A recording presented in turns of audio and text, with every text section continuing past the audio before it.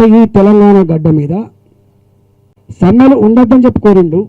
ఒకవేళ ఉంటే కూడా నా కంట్రోల్లో ఉండాలని కోరుకున్నటువంటి ముఖ్యమంత్రి నేను స్టేట్కి ఒక మాట అడుగుతున్నాను. నేను ఆర్టీసీ కార్మికులు సమ్మె చేసిండు 2 నెలల వరకు కూడా సమస్యను పరిష్కరించకుండా వాళ్ళు బిచ్చమెత్తుకొని కన్నీళ్ళు పెట్టి అనేక మంది చచ్చిపోయింది. వాళ్ళు ఓ అయ్యా మమ్మల్ని ఆదుకో, మమ్మల్ని క్షమించమని చెప్పుకోలేండి. బ్రహ్మదేవుడు కూడా కాపాడలేదని చెప్పి స్టేట్మెంట్ ఇచ్చింది ముఖ్యమంత్రి గారు.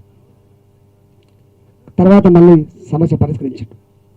అంటే తెలంగాణ ఉద్యమం నడిచినాడు, ఆర్టీసీ కార్మికులు అవసరం పడ్డది మాకు. ఆ చైతన్యంతో ముందుకు పోయినాం మనం. కానీ ఇప్పుడు రాష్ట్రం వచ్చిన తర్వాత ఆర్టీసీ చైతన్యం అక్కర లేదు, వాళ్ళు ఉండొద్దని చెప్పి హుకుం జారీ చేస్తారు.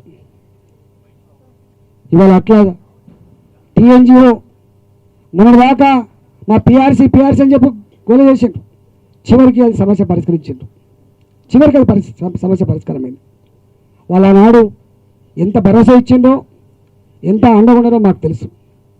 అట్లా ఎలక్ట్రిసిటీ ఎంప్లాయీస్ కూడా అట్లనే ఇవాళ గ్రామాల్లో పనిచేసేటువంటి ఫీల్డ్ అసిస్టెంట్ కూడా ఇవాళ తీసివేయబడ్డారు. ఇట్లా చెప్పుకుంటూ పోతే అనేకం ఉన్నాయి. ఇవాళ అన్ని సంఘాలకు హక్కులు లేవు. చివరికి ఏ ఉద్యమ స్ఫూర్తితోడైతే తెలంగాణ సాధించుకున్నామో ఆ ఉద్యమ వేదిక ఇందిరా పార్క్. ఆ ఇందిరా పార్క్ ధర్నా చౌకలు కూడా ఎత్తేసిన చరిత్ర ఇలా వీళ్ళది. ఇవన్నీ మేము అడగకూడదా?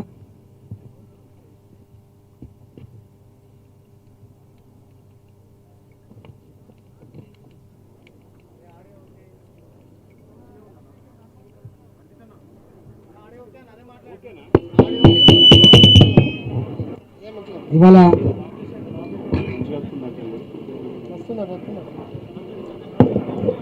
నేను ఒకటే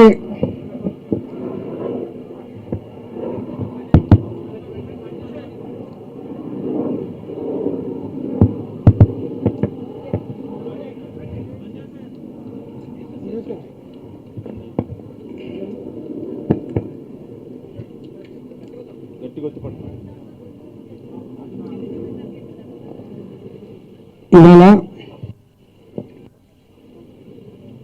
తెలంగాణ రాష్ట్రంలో సమ్మెలు చేస్తే సమస్యల పరిష్కారం కావు. సంఘాలు అక్కర్లేదు. ఆనాడు సంఘాలు కావాలి, సమ్మెలు చేయాలి. ఇవాళకి ఇది ఆనాడు కూడా సమైక్య పాలకులు కనుక మనం ఇవాళ చేస్తున్న పని కనుక చేసి ఉంటే తెలంగాణ రాష్ట్రాన్ని సాధించుకుంటున్నామా? తెలంగాణ వచ్చేదా? ఒకసారి ఆలోచన చేయమని చెప్పి నేను కోరుతున్నా.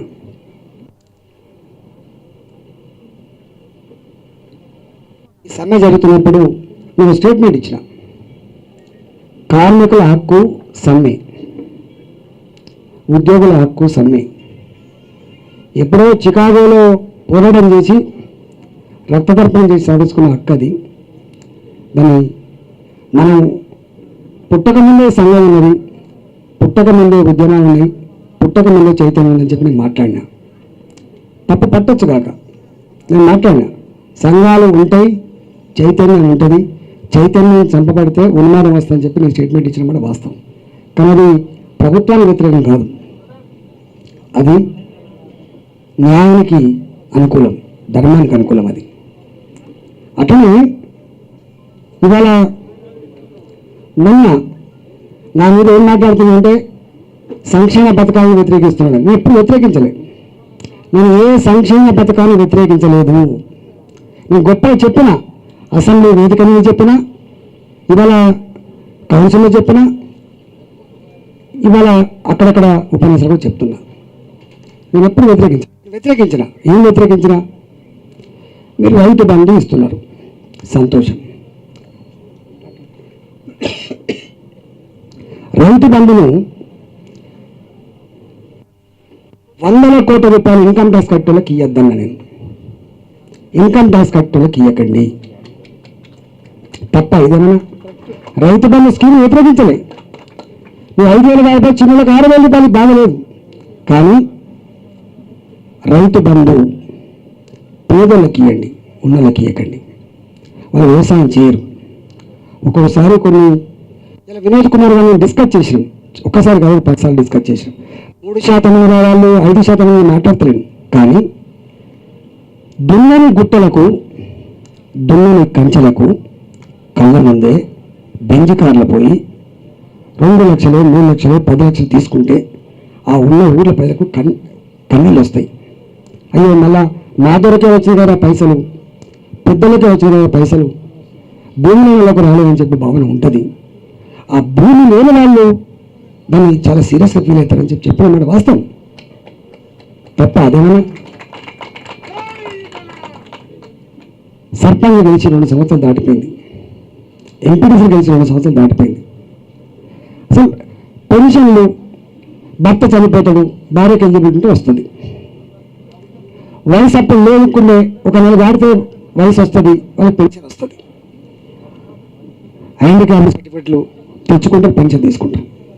కానీ 2 సంవత్సరాలుగా నేను కాన్సెన్స్ తిరుగుతున్నా, 2 సంవత్సరాలుగా నా సర్పంచులు నా ఎంపీటీసీలు అలా ఈ పెన్షన్ లాకేసినట, ఈ పెన్షన్తో నాకు తలకాయ నొప్పి అవుతుందని చెప్పి నాకు చందూరులో చెప్తే నేను చెప్పిన ముఖ్యమంత్రి గారు చెప్పి ఆ పెన్షన్ ఇప్పించే ప్రయత్నం చేస్తానని చెప్పిన తప్ప. అదేమన్నా 2 ఏళ్ళుగా పెన్షన్ వస్తున్నాయి కాబట్టి అక్కడ ఉన్న సర్పంచులు ఇంటికి ఇబ్బంది పడతాను కాబట్టి నా కళ్ళ ముందే చందూరులో ఒక మనిషిని జీవోత్సవాలు తీసుకొచ్చి నా కాళ్ళ కాళ్ళ పెట్టి గిట్లా ఉంటాయని చెప్పి అన్నప్పుడు మంత్రిగా చేస్తా అని చెప్పను, నేను మంత్రిని ఇప్పిస్తా అని చెప్పను, నేను మంత్రిగా నేను ముఖ్యమంత్రి దృష్టికి తీసుకుపోతా అని చెప్పిన. ఒక గది నా స్థితి. అంతకుముందు కూడా గవర్నమెంట్లో ఉన్నాను నేను. అంతకుముందు గ్రామాలకు మంత్రి పోతే ఇట్లాంటి సమస్యలను దృష్టికి వస్తే అప్పటికప్పుడు ఎంఆర్ఓ గారు చెప్పి అప్పటికప్పుడు జిల్లా కలెక్టర్ గారు చెప్పి పెన్షన్ ఇప్పించేటువంటి సిస్టమ్ ఉండే. కానీ ఇక్కడ మాత్రం నేను చెప్పిస్తాను తప్ప ఇప్పిస్తానని మాత్రం చెప్పలేను. బియ్యం కార్డులు కుటుంబాలు ఏర్పడుతూ ఉంటాయి, పెళ్ళి అయితే కొత్త సంవత్సరం అక్కడ ఉంటాయి. 2 సంవత్సరాల నుంచి బియ్యం కార్డు ఇవ్వలే. నేనన్నా అరే బియ్యం కార్డు 2 సంవత్సరాలు ఇస్తలేరు, ఇది ఎక్కడిదా అని చెప్తే ముఖ్యమంత్రి గారు చెప్పి ఈ బియ్యం కార్డు ఇప్పిస్తా అని చెప్పిన నేను, చంద్ర సభలో చెప్పిన నేను, ఇది కూడా చెప్పిన నేను. ఏమని అరే ఇలాగా తీయమన్నది మీకు వడ్ల కొనుగోలు సెంటర్లు. నేను ఇంత మంచిగా చెప్పిన సభల తెలంగాణ రాష్ట్ర ప్రభుత్వం బంగారు తెలంగాణ సాధించాలంటే గ్రామాలు బాగుపడకుండా సాధ్యం కాదు. గ్రామాలలో నివసించే ప్రజలు కులంతో సంబంధం లేకుండా, మతంతో సంబంధం లేకుండా భూతాన్ని నమ్ముకొని బతుకుతారు వాళ్ళు. మనం రాష్ట్రం వచ్చిన తర్వాత ముఖ్యమంత్రి గారు అనేక సందర్భాల్లో చెప్పిండ్రు, కరెంటు సమస్య పరిష్కారమైంది, నీళ్ళ సమస్య పరిష్కారమైంది, ఇలా పరిష్కారం కావాల్సింది చిన్న చిన్న ఉన్నాయని చెప్పిండ్రు. నేనన్నా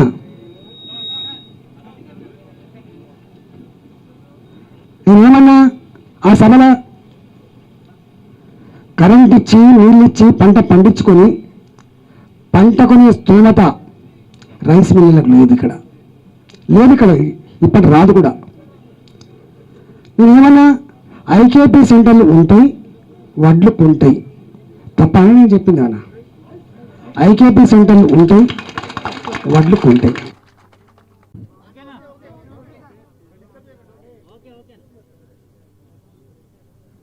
ఐకేపీ సెంటర్లు ఉంటాయి, వడ్లు కొంటాయి అని చెప్పిన నేను.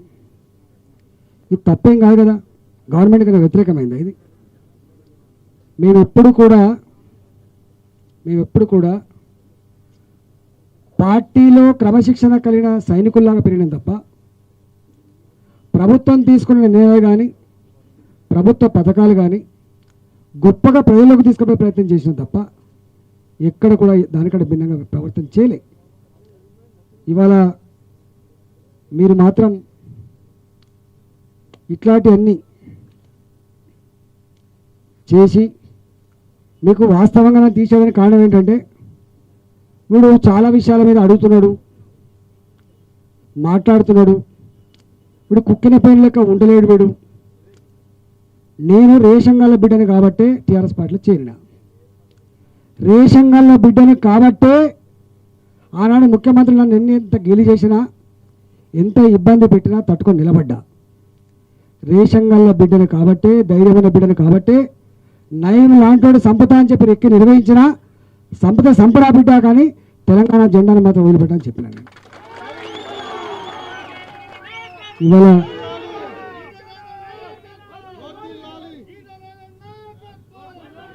ఇవాళ మీరు ఒక్క మంత్రి పదవి ఇచ్చి నన్ను బానిసలేక బతకమంటే బతుకుతానని సాధ్యమవుతుందా?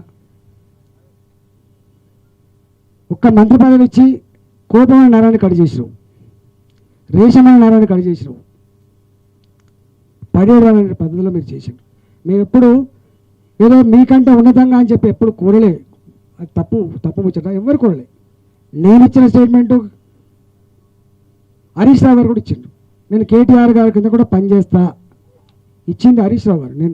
నేను కూడా ఇచ్చిన కేటీఆర్ గారు ముఖ్యమంత్రి తప్పేం లేదు, ఎందుకంటే వారసత్వం ఉంది కాబట్టి. కానీ ఇవాళ అడుగుతున్నాయి, ఇక అప్పుడంటేనేమో మీ పార్టీలో ఉన్న కూడా చెప్పండి. ఇవాళ అడుగుతున్నాను, నీకు లల్లూ ప్రసాద్ యాదవ్ లెక్క కుటుంబం పెట్టిన పార్టీ కాదు, మాయావతి గారు లెక్క పెట్టిన పార్టీ కాదు, ఇది జయలలిత లెక్క పుట్టిన పార్టీ కాదు. తెలంగాణ ప్రజల కోసం మీరు ఆనాడు, నాకెవరు లేరు ఇక్కడ, నేను నా భార్య మాత్రమే ఉన్నారు, తెలంగాణ ఉద్యమాన్ని సాధించేంత వరకు నిద్రపోను, తప్పు చేస్తే రాళ్లతో కొట్టండి అని చెప్పి మీరు నినాదం ఇచ్చిండ్రు, మీరు నడిపిండ్రు. నాలాంటి వాళ్ళు లక్షల మంది ఈ ఉద్యమాన్ని నడిపి కొన్ని వందల మంది బలిదానం చేస్తే ఈ రాష్ట్రం వచ్చింది. ఇవాళ వందల వేల మంది ఉద్యమకారులు కన్నీళ్ళు పెడుతున్నారు. అందరు వాళ్ళే బాహర్ వాళ్ళే అందరు. ఇంట్లోనేమో బయటికి వెళ్ళిపోయిండు, ఇంట్లోనేమో బయటికి వెళ్ళిపోతున్నారు. నీకు ఎవరు దిక్కులేనాడు నిన్ను మోసిన వాళ్ళు, నీకు దిక్కులేనాడు కాపలా కాసిన వాళ్ళు, నీ మీద ఒక మాట మాట్లాడితే ఎవరా నా కొడుక అని చెప్పి కబడ్డా అన్నవాళ్ళు, వాళ్ళందరూ బయటికి పోయినరు. కానీ ఇవాళ నిన్ను చంపింది ఒక్కడే, నీ కుక్క చంపింది అన్నోడు అయితే నీ పక్కకు వస్తున్నాడు. ఒక్కొక్క వ్యక్తి ఏం మాట్లాడిందో నేను మీకు చెప్పాల్సి అక్కర్లేదు, అవన్నీ మీ అంతరాత్మలో ఉన్నాయి. అందువల్ల ఇవాళ మీరు నాలాంటి మీద నీచపు, నికృష్టపు, తప్పుడు రాతలతో, కుట్రలతో, కుతంత్రాలతో, మీ భాషలో చెప్పాలంటే గజకన్న గోకన్న టక్కుటమార విద్యలతో నన్ను తెలంగాణ ప్రజల నుంచి వేరు చేసే ప్రయత్నం చేసినావు. కానీ నేను వేరు కాను. నేను తెలంగాణ ప్రజల పక్షాన్ని నిలబడ్డా, నేను ఉద్యమ బిడ్డగా నిలబడ్డా. నేను ఎట్టి పరిస్థితుల్లో కూడా ఇవాళ మా భార్య ప్రకటించింది, ఉన్న ఆస్తులైనా అమ్ముకో కానీ ఆత్మగౌరవ పోరాటాన్ని మాత్రం వదిలిపెట్టకని చెప్పిండు. ఆనాడు మీ అంతరాత్మ కెరక బేళ్ళకి ఎట్టట్టు డబ్బులు ఇచ్చినాము, పెళ్ళిళ్ళకి ఎట్టట్టు చేసినాము, అది పాట అనుకున్నాం. మేము అనుకోలే, ఉద్యమంలో బాగా అనుకున్నాం. మీకు తెలియాల్సింది, మేము ఒక్కొక్క రోజు 4 జిల్లాలు తిరిగి 10 మీటింగ్లు అటెండ్ చేసి వచ్చిన బిడ్డలం. మేము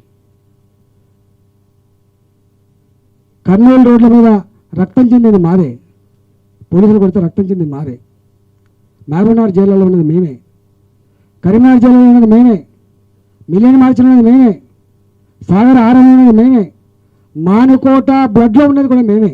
గుర్తుపెట్టుకోండి. ఇవాళ మేము వట్టిగా ఏదో వీళ్ళు చెప్తున్నట్టుగా, ఇప్పుడు మా సహచరులు చెప్తున్నట్టుగా నీకు అన్ని ఇచ్చిన వట్టిగా ఇవ్వాలి. నాకు మస్క కొడితే ఇవ్వలేదు, కొనుక్కుంటే ఇవ్వలేదు, ఒళ్ళు వంచి చెమట నడిపి కొట్లాడితే తెచ్చుకున్న పదవి, ఆ పదవికి న్యాయం చేసినోడు ఇటుగా ఎందుకు గుర్తుపెట్టుకోండి. అంతే తప్ప ఏదో మెప్పు కోసం, ఏదో దయతోటి అడుక్కుంటే వచ్చేది కాయో పండో మాత్రమే, కొట్లాడితే వచ్చేది హక్కు మాత్రమే అని చెప్పేటోడు నేను హక్కులాగా భావించి కొట్టాడు తప్ప ఇవి ఉండవు. కాబట్టి ఇవాళ నేను చివరి వాడిని కూడా కాకపోవచ్చు. ఆల నరేంద్రను వెంటనే చేసి పంపించారు, విజయశాంతిని పంపించిండ్రు, కోదండరాం పోయిండు, కానీ ఆనందం అయితే పాపం పాస్పోర్ట్ కేసు అని చెప్పి ఆరోపణ చేసి ఇక రేపు అరెస్ట్ చేస్తారు, ఎల్లుండి అరెస్ట్ చేస్తారంటే సత్యనారాయణ కూడా కేసు తేలలేదు, అరెస్ట్ కాలేదు. అంటే గంత దౌర్భాగ్యం. ఇవాళ నా మీద కూడా ఇట్లాంటివన్నీ 100% ధర్మం ఉంటుంది, న్యాయం ఉంటుంది, కోర్టులు ఉంటాయి, చట్టాన్ని నమ్మటండి. మీకు చట్టమే నమ్మకం లేదు. వారు అనుకుంటారు ఈ ఎమ్మెల్యేలు ఏంది, ఎంపీలు ఏంది, ఈ మంత్రులు ఏంది, చక్కగా నా ఒక్కరికే ఓటైతే నేనే పరిపాలిస్తు కదా అనుకుంటాను. ఈ రాజ్యాంగం ఎవరు రాసిండు, ఈ రాజ్యాంగం ఎందుకు అనుకుంటారు ఇంటి కానీ రాజ్యాంగం ఉంటుంది. కానీ నీకు తెలియాల్సింది రాచరికం పద్ధతులలో మీరు రాలే. తాత రాజు, కొడుకు రాజు, మనవడు రాజు అటు రాలే. ఇదే అంబేద్కర్ గారి రాజ్యాంగం సాక్షిగా రాజ్యాంగబద్ధంగా ప్రజలు ఓట్లేస్తే ఎమ్మెల్యేలు అయితే ఎమ్మెల్యేల మద్దతును మీరు ముఖ్యమంత్రి అయిన విషయం మీరు మర్చిపోకండి. ఈ ఎమ్మెల్యేలు ఎందుకు, ఎంపీలు ఎందుకు, ఈ మంత్రులు ఎందుకు, ఈ కథ ఎందుకు? నేను అడుగుతున్నా, ఒక్క మంత్రి అయినా స్వేచ్ఛగా పనిచేసే కథ ఉందా? ఇవాళ అందరు నోరు మూసుకోవచ్చు, నీకు కావట్లేదు. దేశమంతా అట్లా ఉండదు, నీకు కావట్లేదు. కానీ ఏ దేశంలో ఏ ప్రభుత్వం కూడా గొప్పగా చర్చించకుండా, గౌరవించకుండా, అభిప్రాయాలు తీసుకోకుండా ఆ మంత్రిత్వ శాఖ నడపలేరు. ఇవన్నీ అడుగుతాను. ఏ ఆఫీసర్లైనా సంతోషంగా పోడు, రివ్యూలో పోతే బాతో పోతా అంటాడు, బాతో వస్తాడు. అంటే వాళ్ళ అనుభవాలు పనికిరావు, డిపార్ట్మెంట్ యొక్క అవి ఉండవు, డిక్టేషన్ ఉంటే రాసుకొని రావాలి. నీ ఆయామంలో మంత్రులకు స్వేచ్ఛ లేదు, స్వతంత్రంగా పని చేసుకోలేరు, అధికారులకు స్వేచ్ఛ లేదు, స్వతంత్రంగా పని చేసుకోలేరు. ఇవాళ నేను ఇవన్నీ చెప్తున్నాయి తెలంగాణ ప్రజలారా, 100% సత్యాలు. నేను క్యాబినెట్లో ఉన్న సీక్రెట్ చెప్పట్లే. నేను ఇలా ప్రజాగర్భంలో ప్రజలకున్న అభిప్రాయాన్ని మాత్రమే చెప్తున్నా. ఇవాళ మీరు అనుకుంటున్నారు ఇంకా ఏదో స్కీములతోటి సంక్షేమ పథకాల వెలుగులో ఇవన్నీ మరుణ పడేస్తా అంటే కుదిరేది కాదు. అన్నాడు ఆంధ్ర పాలకులు కూడా మాకు ఒక ఆఫర్ ఇచ్చిండ్రు. తెలంగాణకు అన్యాయం జరిగింది నిజమే, మేము ఒక 50,000 కోట్లు ఇస్తాం, మీరు తెలంగాణ ఉద్యమం విత్డ్రా చేసుకుంటారని చెప్పి దేశ దివాకర్ రెడ్డి గారు మా దగ్గరికి మంత్రాంగానికి వచ్చిండు. మేమన్నాం బ్రిటిష్ వాళ్ళు కూడా దేశానికి అభివృద్ధి చేసిండ్రయా, రైల్వే లైన్లు వేసిండ్రు, పోస్ట్ ఆఫీసులు పెట్టిండ్రు, డెవలప్ చేసిండ్రు. కానీ భారత జాతి విముక్తి కోసం, భారతమాత విముక్తి కోసం కొన్ని వేలాది మంది త్యాగం చేసి దేశాన్ని సాధించుకొని స్వతంత్రంగా బతికే భాగ్యం కలిగింది. తెలంగాణ రాష్ట్రంలో కూడా ఆనాడు మేమన్నాం అభివృద్ధి అనేది ఆత్మగౌరవాన్ని ప్రత్యామ్నాయం కాదు సుమా, తెలంగాణ ప్రజలు ఆత్మగౌరవం కోరుకుంటారని చెప్పి మేము తిరస్కరించినాం. మేము డబ్బులు అడగలే. ఇవాళ గట్ల ఆత్మగౌరవంతో తెచ్చుకున్న తెలంగాణ ఆత్మగౌరవంతో స్వతంత్రంగా బతకాలని చెప్పి కోరుకుంటాం మేము. ఆనాడు మీరు అన్న మాటలు చాలా ఉన్నాయి. వరారావు జైల్లో ఉంటే పోయింది, మీరు నక్సలైట్లు ఏజెండా మన ఏజెండా అని చెప్పినాం. కానీ వరారావు 80 సంవత్సరాల కాలంలో జైల్లో పెడితే మాత్రం మీరు కనీసం వారికి పనిచేసే ప్రయత్నం చేయలేక ముసలాన్ని ఎందుకు జైలు పెడతామని చెప్పి అడగలే. కేంద్రం పెట్టిందా, రాష్ట్రం పెట్టింది అంటలేను. కానీ ఆనాడు ఏం మాట్లాడినా మరి ఇవాళ ఏం మాట్లాడినాం. ఇవాళ స్వేచ్ఛగా స్వతంత్రంగా మీటింగ్ పెట్టుకునే ఆస్కారం లేదు. అధికార పార్టీ ప్రతిపక్ష పార్టీ ఇవాళ లేదు. మేము ఆనాడు వాళ్ళ కుమారుడు కూడా ఉన్నాడు, నేనున్నా, మంత్రులు ఉన్నారు. మేము కాంగ్రెస్ పార్టీ మంత్రి దగ్గర పోతుంటే మేము కాంగ్రెస్ పార్టీ మంత్రి దగ్గర పోయి మాకు ఈ రోడ్లు ఇవ్వండి అని చెప్పి అడుగుతుంటుంది, ఇక ఎన్ని అని చెప్పి అడుగుతుంటుంది. కానీ ఇవాళ ఒక ప్రతిపక్ష పార్టీ ఎమ్మెల్యేలు మీ దగ్గరకు వచ్చేటువంటి ఆస్కారం ఉందా? ప్రతిపక్ష పార్టీ ఎమ్మెల్యేలు ఒక మంత్రి దగ్గర వచ్చి నాకు ఆ పని చేసి పెట్టేటువంటి ఆస్కారం ఉందా? లేదు. ఇవాళ నిన్న నా గోదాం కాల్ చేయించినాను. ఎప్పుడు తెచ్చుకున్నాను నేను? బొత్స సత్యనారాయణ గారు మంత్రిగా ఉన్నప్పుడు, రఘురాయుడు గారు మంత్రిగా ఉన్నప్పుడు బెవరేజ్ కార్పొరేషన్కి చెప్పించి గోడం తెచ్చుకున్నా. కానీ వాళ్ళు నువ్వు మూసేయించడం. ఒక ఎమ్మెల్యే, ఒక దళిత ఎమ్మెల్యే మహబూబ్ నారాయణ ఎక్స్ఎమ్మెల్యే, ఎమ్మెల్యేగా ఉండి ఇప్పుడు ఎక్స్ఎమ్మెల్యే అండు. పాప ఆయన దళిత బిడ్డ, దళిత ఎమ్మెల్యేగా ఉండే నిమ్స్ హాస్పిటల్లో ఒక అవుట్సోర్సింగ్ ఏజెన్సీ చెప్పి అన్నా నేను బతకలేకపోతున్నా, నా పిల్లల్ని సాధలేకపోతున్నా అని చెప్పి అడిగాడు ఆయన. పాపం దాన్ని అంతనే ఇస్తుంది అని చెప్పిన నేను. ఆ మాజీ ఎమ్మెల్యేకు ఏమవుతుందన్నా నేను ఇస్తా అని చెప్పిన. గంటకు ఫోన్ వచ్చింది నాకు, నువ్వు పలానా ఫోన్ చేసింది నీకు, ఆ ఫోన్లో నీకు ఈ మాట ఇచ్చినావు, అది చేయొద్దు అని. అయ్యా 4 కోట్ల తెలంగాణ ప్రజలు, 119 మంది ఎమ్మెల్యేలు, 17 మంది మంత్రులు, ఈ 17 మంది మీద కూడా నీకు నమ్మకం లేకపోతే 4 కోట్ల ప్రజలను పాలించే అధికారం నీకు ఎక్కడిదని చెప్పి అడుగుతున్నాను నేను. ఆనాడు ఒక అడ్వకేట్ జనరల్ ఇవ్వకపోతే మేము అడిగినాం.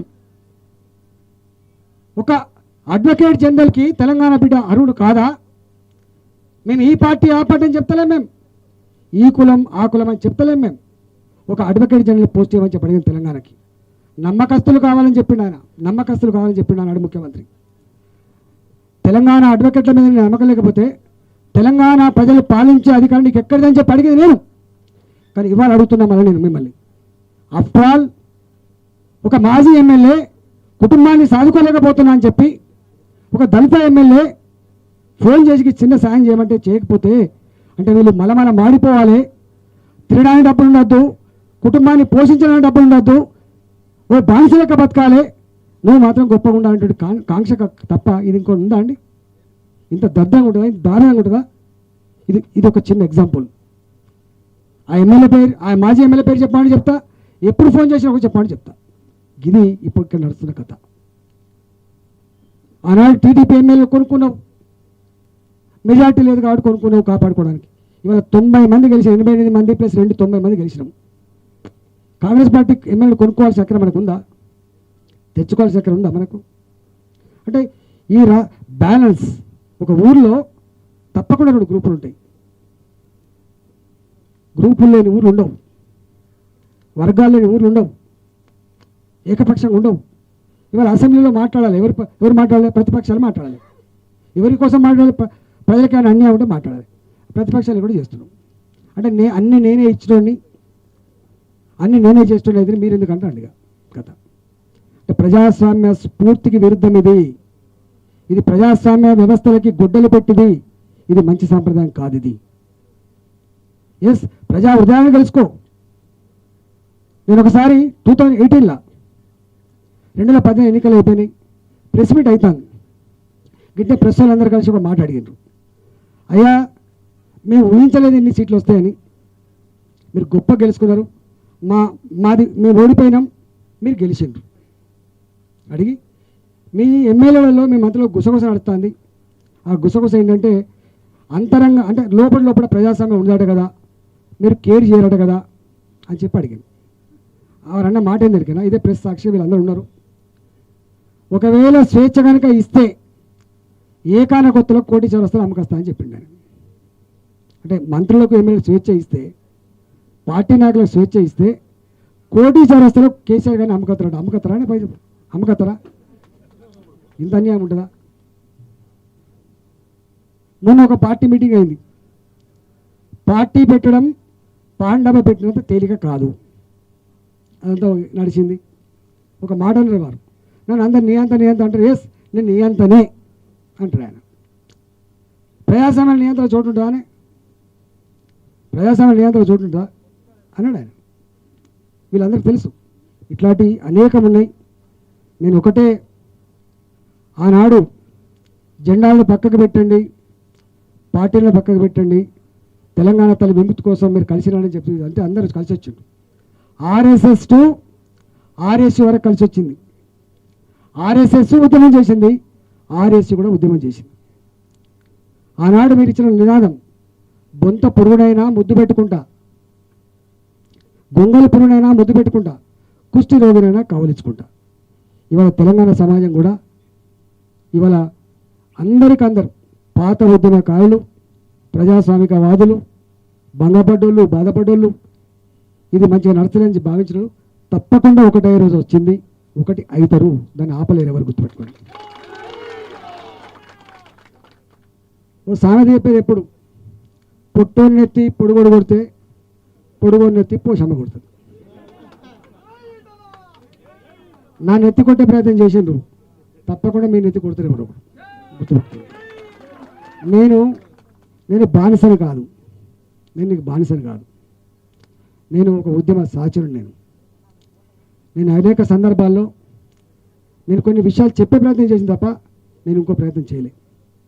నేను ఇంతమంది చెప్పేది మర్చిపోయినా, వారసత్వంగా నువ్వు ఇచ్చుకో, మాకేం బాధలేదు, అట్లా కూడా రాజీపడ్డాం మేము. కానీ ఇవాళ మా ఆత్మగౌరవం మీద, మా ఆత్మాభిమానం మీద ఇన్ని సంవత్సరాలు కష్టపడి తెలంగాణ ప్రజల హృదయాల్లో సంపాదించుకున్నటువంటి ఆ స్థానాన్ని దెబ్బకొట్టే ప్రయత్నం చేసినావు. ఇది చెల్లదు కాక చెల్లదు తప్పకుండా. ఇవాళ పార్టీ సభ్యత్వాన్ని కాకుండా ఇంతకుముందు చెప్పినట్టుగా ఎమ్మెల్యే పదవి కూడా తప్పకుండా నువ్వు తొలగించాల్సి అక్కర్లేదు. నేను ఆత్మగౌరవం కలిగిన బిడ్డను, ప్రజలను నమ్ముకున్న బిడ్డను నేను. మరీ ముఖ్యంగా హుజరాబాద్ నియోజకవర్గ ప్రజల గుండెల్లో స్థానాన్ని సంపాదించుకున్న బిడ్డను. నేను డబ్బును నమ్ముకోలే. 6 సార్లు గెలిచినా ఎన్నడూ ఒక లిక్కర్ బాటిల్ పంచలే. 6 సార్లు గెలిచినా ఎన్నడూ ఒక 5 పైసల బిల్లు ఇయ్యలే. గుండెలు పెట్టుకుని నన్ను కాపాడుకున్నారు. తప్పకుండా హుజరాబాద్ క్షేత్రంలో ఇట్లాంటి దుర్మార్గాలని, అన్యాయాలని, డబ్బు సంచులని, కుట్రలని, కుతంత్రాలని, గజకన్న గోకన్న టక్కుటమర విద్యలని తప్పకుండా బొందబెట్టే ప్రయత్నం చేస్తారు. ఇవాళ హరీష్ రావులు వచ్చినా, వినోద్ రావులు వచ్చినా మొత్తం తిరుగుబాటు చేస్తుండు, పార్టీ పెట్టే ప్రయత్నం చేస్తుంది. వాస్తవం ఎక్కడ పార్టీ పెట్టే ప్రయత్నం చేయలే, తిరుగుబాటు చేసే ప్రయత్నం అంతా కూడా చేయలే. మంచిని కోరినాం, మేము మంచిగా బతకాలని చెప్పి కోరుకున్నాం తప్ప ఇంకోటి కాదు. ఇక తప్పకుండా ఈ తదుపరి మా ప్రజల్ని, ఇప్పటికే హుజరాబాద్ యొక్క ప్రజల్ని అడిగిన, మా తెలంగాణ వ్యాప్తంగా కొన్ని వేలాది మంది ఉద్యమ సాక్షులు వాళ్ళని అడిగిన భవిష్యత్ కార్యాచరణ తప్పకుండా ప్రకటిస్తా అని చెప్పి తెలియజేస్తూ సెలవు. నమస్కారం.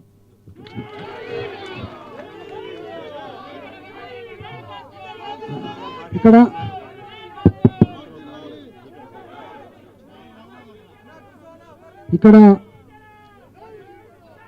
మా తుల ఉమ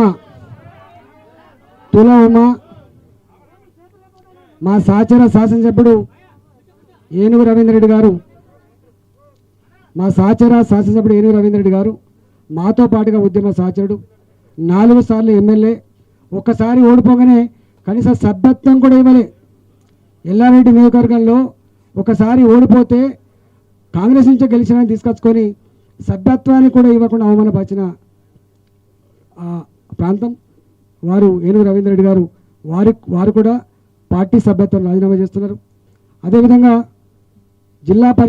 ఉమ్మడి జిల్లా పరిషత్ మాజీ చైర్మన్ గారు వారు కూడా పార్టీ ప్రాథమిక సభ్యత్వానికి రాజీనామా చేసిండ్రు. వారు మహిళా సంఘ రాష్ట్ర అధ్యక్షులు ఉండే. అదేవిధంగా ఉద్యమంలో మొదటి నుంచి కూడా అడుగు వేసి కదిలేటువంటి నాయకురాలు, వారు కూడా రాజీనామా చేస్తున్నారు. అదేవిధంగా గండం నళిని గారు మా పార్టీలో చాలా రోజుల క్రితం జాయిన్ అయ్యారు. వారు కరీంనగర్ వాసి. వారు మాజీ గండ వెంకటేశ్వర గారి సతీమణి, వారు కూడా రాజీనామా చేస్తున్నారు. అదేవిధంగా మా రాష్ట్ర నాయకులు, రాష్ట్ర కార్యదర్శి, షాద్నగర్ నియోజకవర్గ నాయకులు మా బాబన్న గారు. అదేవిధంగా వికే మహేష్ మాజీ మున్సిపల్ చైర్మన్, మల్కాగిరి మాజీ మున్సిపల్ చైర్మన్, మా రాష్ట్ర కార్యదర్శి, వారు కూడా రాజీనామా చేస్తున్నారు. అదేవిధంగా హనుమంతరావు గారు మాజీ కార్పొరేటర్, వారి సతీమణి శ్రీదేవి గారు, వారు కూడా రాజీనామా చేస్తున్నారు. అదేవిధంగా ఇక మేమంతా